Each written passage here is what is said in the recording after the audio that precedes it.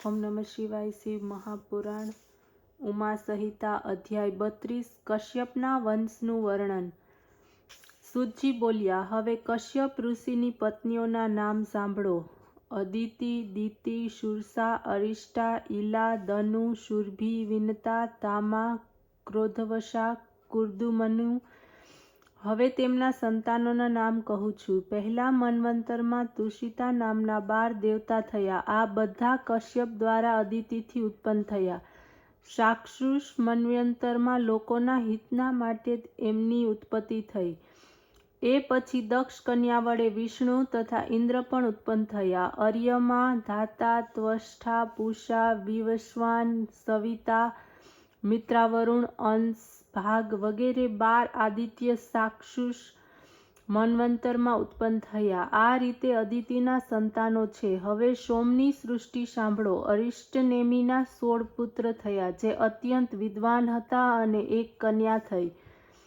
કુશાશ્વતનો દેવ પ્રહરણ પુત્ર થયો, અને અતિ ભાર્યાથી ધ્રુમકેશ થયા. સ્વધા તથા સતી નામની એમની 2 પત્નીઓ હતી. સતીથી અથર્વા, અગિરા ઉત્પન્ન થયા. આ બધા સહસ્ત્રયુગના અંતમાં જ ઉત્પન્ન થયા. કશ્યપની દિતિ પત્નીથી હિરણ્યકશ્યપુ અને હિરણ્યાક્ષ એ 2 પુત્રો થયા. બંને મોટા પરાક્રમી હતા. વિપ્રચિતિ દ્વારા સિંહકા નામની કન્યા થઈ. હિરણ્યકશ્યપુના અનુરાધ, રાધ, સંહરાદ અને ચોથા પુત્ર પ્રહલાદ ભગવદ ભક્ત થયા. હિરણ્યાક્ષના 5 પુત્રો થયા. કકુર, શકુની, મહાનાદ, વિક્રાંત અને કાલનાગ. તેઓ મહાબળવાન હતા. આ સંતાનો દિતિના થયા.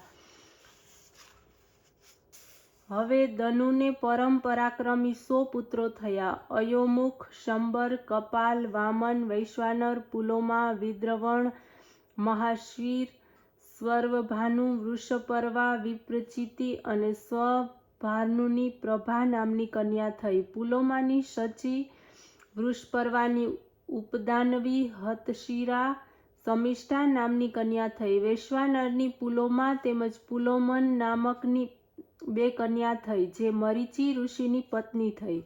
એના 8000 દાનવો થયા, જે પરાક્રમી હતા. પૌલેમ, કાલ, ખંજ વગેરે પુત્રો થયા. એમના નામ આ પ્રમાણેના છે: રાહુ, શલ્ય, શુબલી, બલ, મહાબલ, વાતાપી, નમુચી, ઇલ્લવલ, સ્વશ્રુપ, ઓજક, નરક, કાલનામ, શર્માણ, સર, કલ્પ વગેરે. આ બધા જ પોતાના વંશને વધારનારા થયા. વિનતાના ગરુડ અને અરુણ એ 2 પુત્રો થયા. ગરુડ પક્ષીઓમાં શ્રેષ્ઠ હતા. શુરસાથી અત્યંત તેજસ્વી અનેક ભાષાઓના જ્ઞાતા સર્પ થયા. એ હજારો સર્પોના વાસુકી, તક્ષક, ઐરાવત, મહાપદ્મ તેમજ કંબલ, અશ્વતરુ જે 2 મુખ્ય હતા, જે રાજા થયા. આ બધા આકાશમાં વિચરણ કરતા હતા. શૈલાને પદ્મ, કરકોટક, ધનંજય, મહાનીલ, મહાકર્ણ, રરો, ધૃતરાષ્ટ્ર, મહાબલાહક, કુલહર, પુષ્પદંત, દુદુમક, સુમુખ, બહુશ, ખરેરામા, પાણી વગેરે પુત્રો થયા. ક્રોધવશાથી અનેક દાઢવાળા અંડજો પક્ષીઓ તથા જીવજંતુઓ થયા. અનસૂયાના બળવાન 50 પુત્રો થયા, તથા શુરભીથી સસલા તેમજ ભેંસો ઉત્પન્ન થયા. ઈલાએ વૃક્ષોને, બળદોને, સંપૂર્ણ તૂર્ણ જાતિને ઉત્પન્ન કર્યા. અરિષ્ઠાથી મનુષ્ય તથા સર્પ થયા. આ રીતે કશ્યપના પુત્ર પૌત્ર વગેરેનું વર્ણન થયું. અધ્યાય 33 સૃષ્ટિ વર્ણન. સૂતજી બોલ્યા, હે મુનિઓ, આ રીતે સ્વારોચિ મન્વંતરની સૃષ્ટિનું વર્ણન છે.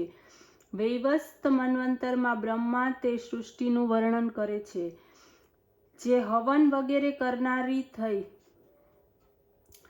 એ સૃષ્ટિમાં સૌથી પહેલી સૃષ્ટિમાં 7 ઋષિઓ થયા, જે બ્રહ્માએ એમને પોતાના પુત્રો માન્યા. તેઓના ચાલ્યા ગયા પછી દિતિ કશ્યપ ઋષિની પાસે ગઈ.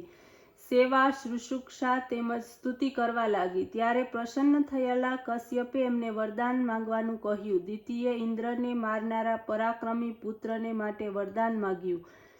ત્યારે કશ્યપે ઇન્દ્રને હણનારા પુત્રની પ્રાપ્તિ માટે તેને વરદાન આપ્યું. પછી દિતિને ઋતુદાન આપી કશ્યપ તો તપ કરવાને માટે ચાલ્યા ગયા. ઇન્દ્રે આ વાતને જાણી લીધી. જ્યારે માત્ર 1 વર્ષની અવધિ બાકી હતી ત્યારે ઇન્દ્રે સમય મળી ગયો. એક દિવસ દિતિ અજીઠા મોહમાં હાથ પગ ધોયા વગર જ સૂઈ ગઈ. વ્રતનો ભંગ થતાં અવસર પ્રાપ્ત થયે ઇન્દ્રે ગર્ભમાં પ્રવેશ કર્યો.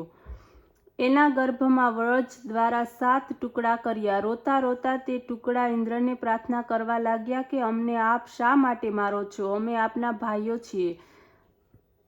આ સાંભળતા જ ઇન્દ્રે શત્રુતાનો ત્યાગ કર્યો. તેમના ટુકડા કરતાં કરતાં 1ના 7 પછી 7ના 7 એમ કરીને કુલ 49 ટુકડા કર્યા હતા. આ બધા જ મરુદ ગણો તરીકે પ્રખ્યાત થયા. બ્રહ્માએ વેનના પુત્ર પૃથુને અડધું રાજ્ય આપ્યું. સોમને બ્રાહ્મણને વૃક્ષ, નક્ષત્ર, ગ્રહ તેમજ ભૂતોના રાજા બનાવ્યા. વરુણ જળના રાજા થયા. વિષ્ણુ આદિત્યોના રાજા થયા. પાવક વસુઓના, દક્ષ પ્રજાપતિ ઇન્દ્ર મરુદગણના, પ્રહલાદ દૈત્યોના, વૈવસ્વત યમ પિતૃઓના રાજા થયા. ભગવાન શંકર માતા, મંત્ર, ગૌ, યજ્ઞ, રાક્ષસ બધા જ ભૂત પ્રેત પિશાચ આદિના રાજા થયા. હિમાલય પર્વતોના રાજા થયા. આ સર્વને રાજા બનાવી બ્રહ્માજીએ અભિષેક કર્યો. પૂર્વ દિશામાં વૈવસ્વત પ્રજાપતિના પુત્રને આધિપત્ય આપ્યું. દક્ષિણ દિશામાં કૈદરમાં પ્રજાપતિના પુત્ર શુદ્ધવાનો અભિષેક કર્યો. પશ્ચિમ દિશાના રાજસના પુત્ર અચ્યુતનો અભિષેક થયો. તેમજ પર્જન્યના પુત્ર રોમને રાજ્ય સોંપવામાં આવ્યું. ઉત્તર દિશામાં દુર્ધર્ષને અભિષેક કરીને રાજા બનાવવામાં આવ્યો. ઓમ નમઃ શિવાય.